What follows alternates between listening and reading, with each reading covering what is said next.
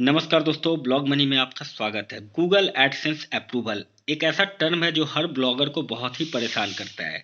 जब आप Google AdSense के लिए अप्लाई करते हैं, बहुत बार आपको रिजेक्शन का सामना करना पड़ता है। इसके कारण आप ब्लॉगिंग छोड़ देते हैं। तो आज हम आपको 10 ऐसे रीजन बताने वाले हैं जिसके कारण मेनली आपको 90% जो गूगल है वो अपना एडसेंस रिजेक्ट करता है, इन्हीं 10 कारण के कारण।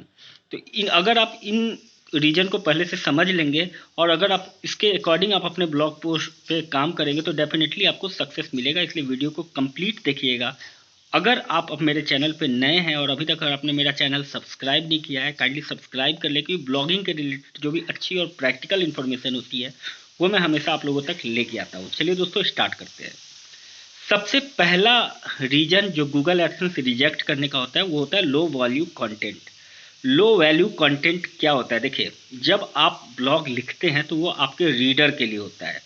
अब अगर आप ब्लॉग पे कंटेंट ही कम लिखेंगे, जैसे अगर आप 100 वर्ड का 200 वर्ड का अगर कंटेंट लिखते हैं, तो इस सिचुएशन में गूगल आपके ब्लॉग को कभी भी एडसेंस अप्रूवल नहीं देगा। क्योंकि अगर आप लिख रहे हैं, जो कंटेंट लिख रहे हैं, आप अपने रीडर के लिए लिख रहे हैं। लेकिन अगर आप शॉर्ट टर्म कंटेंट लिख करके आप अपने रीडर को पूरा जानकारी नहीं दे पाएंगे। इसके अलावा अगर आपके ब्लॉग पे एडवर्टाइज चलेगा भी, तो अगर आपका कंटेंट ज़्यादा नहीं रहेगा तो आप उसमें एडवर्टाइज नहीं कर पाएंगे। इसी कारण से गूगल आपके ब्लॉग में कम से कम चेक करता है कि अगर आपका ब्लॉग स्टार्टिंग है, अगर आपने एडसेंस अप्रूवल नहीं मिला है, तो आप कोशिश कीजिए कि कम से कम ब्लॉग पे 1000 वर्ड का कंटेंट लिखें। ब्लॉग पोस्ट कितने वर्ड का लिखना है इसके लेकर के मैंने बहुत सारी वीडियो बना रखी है, आप वहाँ पे जा कर के चेक कर सकते हैं।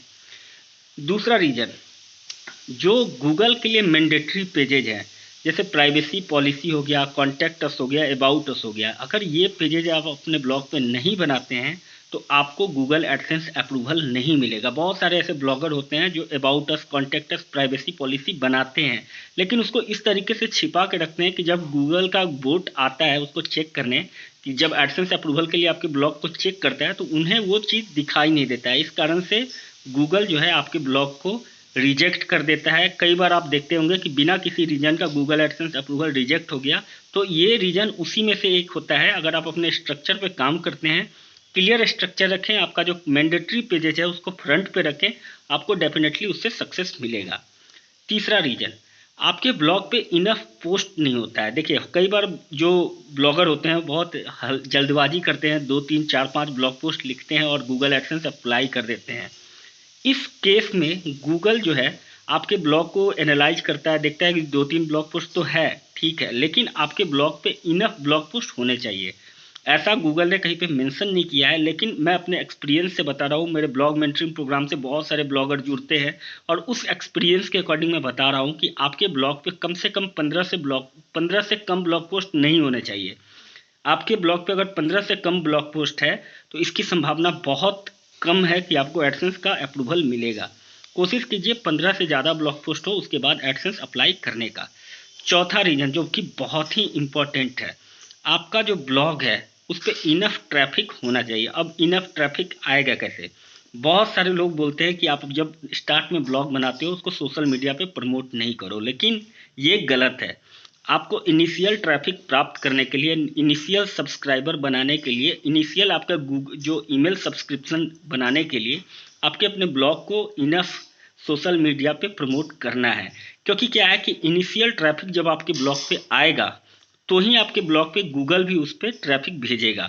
आप देखते होंगे, जब तक आप किसी फेसबुक पेज पे अगर आप पोस्ट करते हैं फेसबुक में, जब उसमें 2 3 ट्रैफिक आ जाता है, 4 5 ट्रैफिक आ जाता है, तो वो पोस्ट बूस्ट होने का चांस ज़्यादा रहता है, ऑर्गेनिक ट्रैफिक उसमें आने का चांस ज़्यादा रहता है। इसी तरीके से आपका जो ब्लॉग पोस्ट होता है उस पर अगर इनिशियल ट्रैफिक आ जाएगा, वही पोस्ट आगे जा कर के वायरल हो सकता है। अगर आपके ब्लॉग पे इनिशियल ट्रैफिक नहीं आएगा, अगर जीरो ट्रैफिक रहेगा, तो कभी भी गूगल उसको प्रायोरिटाइज नहीं करेगा और उसको कभी भी रैंक नहीं करेगा। इसीलिए कभी भी जब आप ब्लॉग पोस्ट लिखें उसको डिफरेंट डिफरेंट प्लेटफॉर्म पे, सोशल मीडिया पे प्रमोट कीजिए। गूगल सोशल मीडिया पे कैसे प्रमोट करना है इसके रिलेटेड मैंने बहुत सारी वीडियो बना रखी है, आप उसको फॉलो कर सकते हैं। पांचवा रीजन, कई बार आप अपने ब्लॉग में ज़बरदस्ती इमेज और वीडियो का यूज करते हैं। आपको ऐसा नहीं करना है। आपको अपने ब्लॉग में ज़रूरी के जितना ज़रूरी हो उतना ही इमेज यूज करना है, कई बार ऐसे ब्लॉगर भी होते हैं जो अपने यूट्यूब वीडियो को डायरेक्टली ब्लॉग में यूज कर लेते हैं और डायरेक्ट सिर्फ वीडियो ही रहता है उनके ब्लॉग में। ऐसे ब्लॉग को भी गूगल प्रायोरिटी नहीं देता है, इसलिए कभी भी अगर आप ऐसा ब्लॉग बना रहे हैं जिसमें आपने वीडियो या फिर सिर्फ और सिर्फ इमेज यूज किया है, उस ब्लॉग पे आपको कभी भी गूगल एडसेंस अप्रूवल नहीं मिले। छठा रीजन छठा रीजन ये है कि जब आप ब्लॉग पोस्ट लिखना चालू करते हैं उस समय आपको डोमेन, मैं हमेशा बोलता हूं कि सबसे पहले आप डोमेन परचेज कीजिए। डोमेन इसलिए परचेज कीजिए कि अगर आप अपने ब्लॉग में कस्टम डोमेन यूज कर रहे हैं तो आपका डोमेन जो है कम से कम 3 महीने पुराना होना चाहिए। बिना 3 महीने पुराना आप गूगल एडसेंस के लिए अगर आप अप्लाई करेंगे, 3 महीने से अगर नया आपका डोमेन है और आप एडसेंस के लिए अप्लाई करेंगे तो कभी भी उसको एडसेंस जो है अप्रूवल के लिए हमेशा दिक्कत होगी।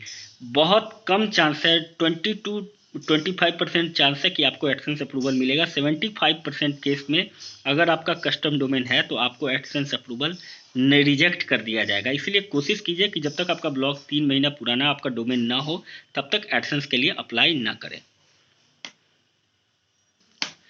सातवां रीजन, आप ब्लॉग तो बना लेते हैं, आप उसमें कंटेंट भी बहुत अच्छा आपने राइट किया है, बट नेविगेशन का बहुत ही ज़्यादा वैल्यू है। नेविगेशन क्या होता है, आप अपने ब्लॉग को कैटेगरी वाइज बना रहे हैं या नहीं बना रहे हैं, आप हमेशा चेक कीजिए कि आपका ब्लॉग जो है उसको कैटेगरी वाइज आपने बनाया है या नहीं बनाया है।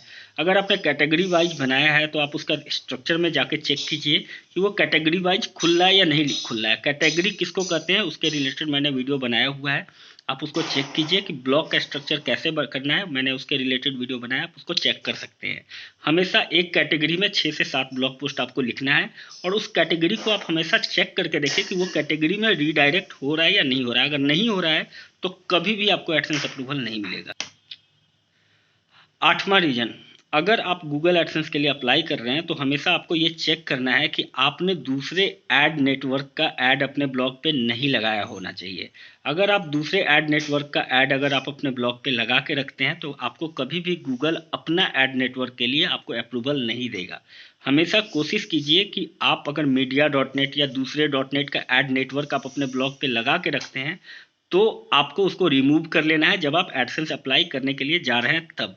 भले आपको एडसेंस अप्लाई करने के बाद में आप मीडिया.नेट का ऐड लगा सकते हैं, लेकिन जब तक आपको एडसेंस अप्रूवल नहीं मिलता है तब तक दूसरे ऐड नेटवर्क का आप ऐड अपने ब्लॉग पे नहीं लगाएंगे।